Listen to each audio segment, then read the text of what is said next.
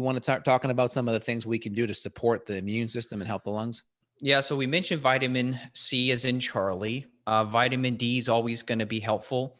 Now, I don't have any specific paper on this for coronavirus, but the nebulized glutathione that you and I've talked about for mold detox seems like a great thing for me, because I've had clients with COPD, which would be someone in the higher risk category for this. And the people who've done nebulized glutathione that have had COPD, they've reported they feel much, much better. And these were people who were previously on inhalers who were able to get off inhalers.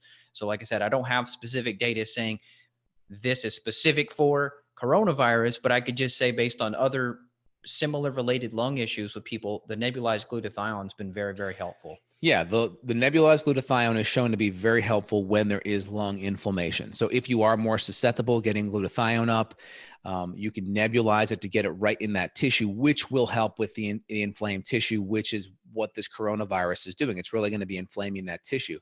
Now, we can also increase vitamin C. Vitamin C is very helpful. We know right here, this is the 20-year-old study, but there's dozens of them. The effectiveness of vitamin C in preventing and relieving the symptoms of virus-induced respiratory infections, plural. They talk about vitamin C in megadose administered before or after the appearance of cold or flu symptoms.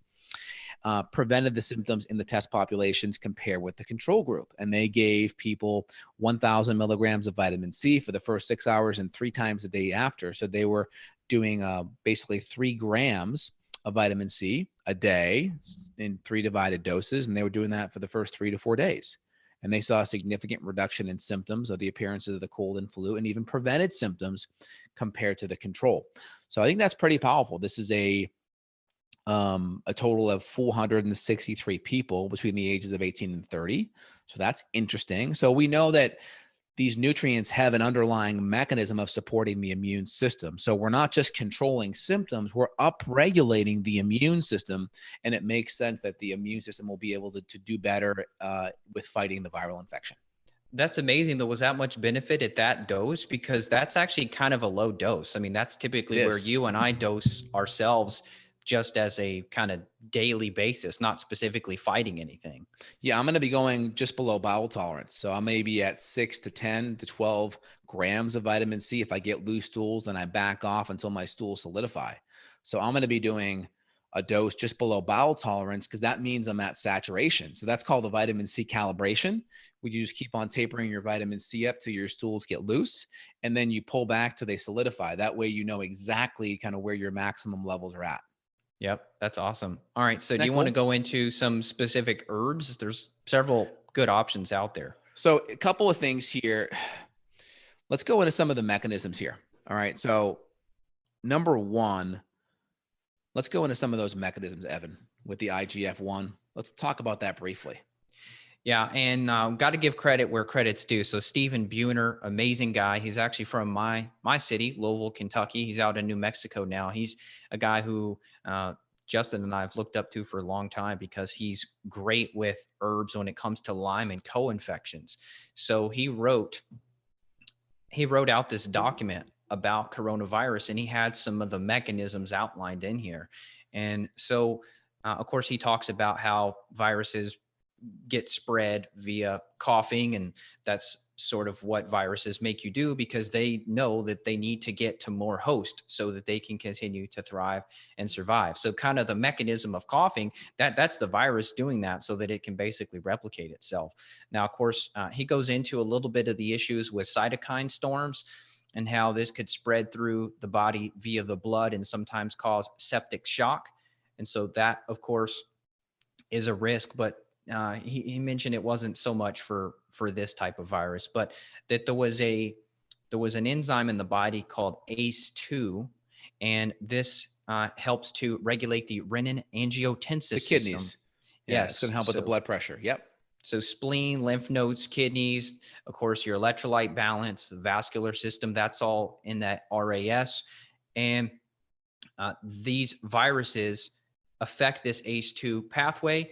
And so there are herbs you could use to protect this pathway. Number one, which is funny because I'm on this every day. This was Buhner's number one recommendation was, I think you pronounce it, how do you pronounce the Latin name of this one? Is it Glycyrrhiza?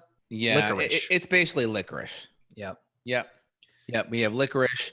Chinese skullcap is excellent. Horse chestnut, Japanese knotweed, which is also resveratrol essentially, and even cinnamon are excellent ways to kind of modulate some of these pathways. And again, a lot of these pathways are intimidating. Just know that this is how the virus is causing damage and inflammation. It's kind of like a burglar coming into the front door, the back door, the side window, right? Going up the second floor, right? So it's just kind of talking about how the burglar or the invading virus is coming into the body and the damage it's causing. Now, do you have to understand the damage or understand that it's what door it's coming through? Not necessarily. We just have to kind of check off our boxes regarding all the strategies that are going to support our immune system from a diet and lifestyle standpoint. And then we look at all the strategies that we can do supplementally on top of that. Foundationally, diet and lifestyle, free, easy, simple, and then secondary supplements. Yeah, well said. I love the analogy. Thanks for that. So, it's also mentioned that the ACE2 function tends to be less dynamic the older people get. So, this is part of the reason that you mentioned it's more affecting older people is just because of that pathway is not working as well. Therefore, you may need some additional herbal support. Like the knotweed is great, and Japanese knotweed is one of my favorites.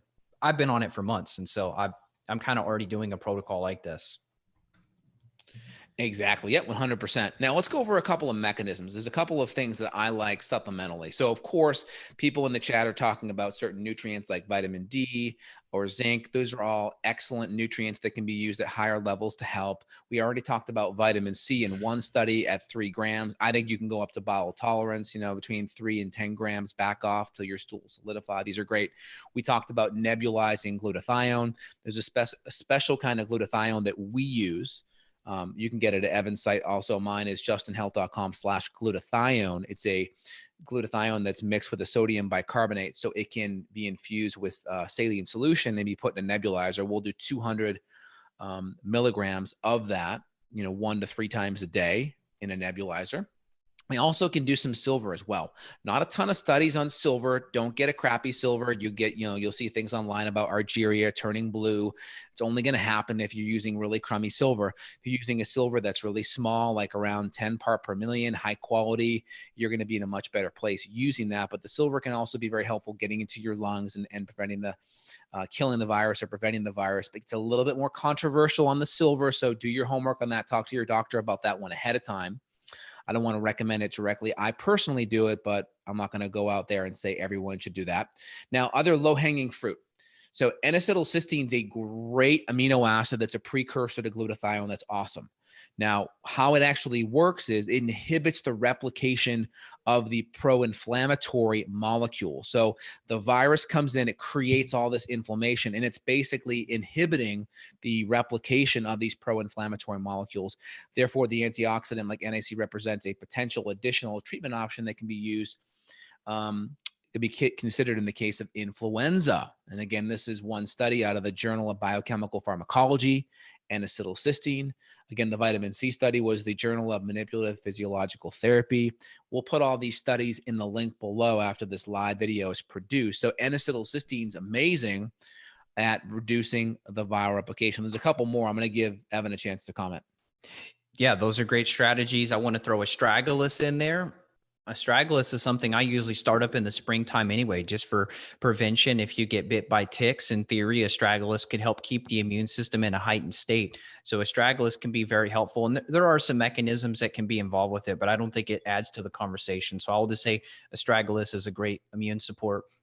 We'll often use blends of immune supports like astragalus along with some mushrooms. So reishi mushroom and turkey tail, shiitake, maitake. There's different profiles and compounds in different mushrooms. So of course we could just say in general, Justin and I really both like reishi mushroom, but there are others you can take in conjunction with it. And then if you throw in something like elder and astragalus and some licorice and some vitamin C, some vitamin D, maybe some of the nutrients people are talking about like zinc, I mean, you've got a really good, strong protocol.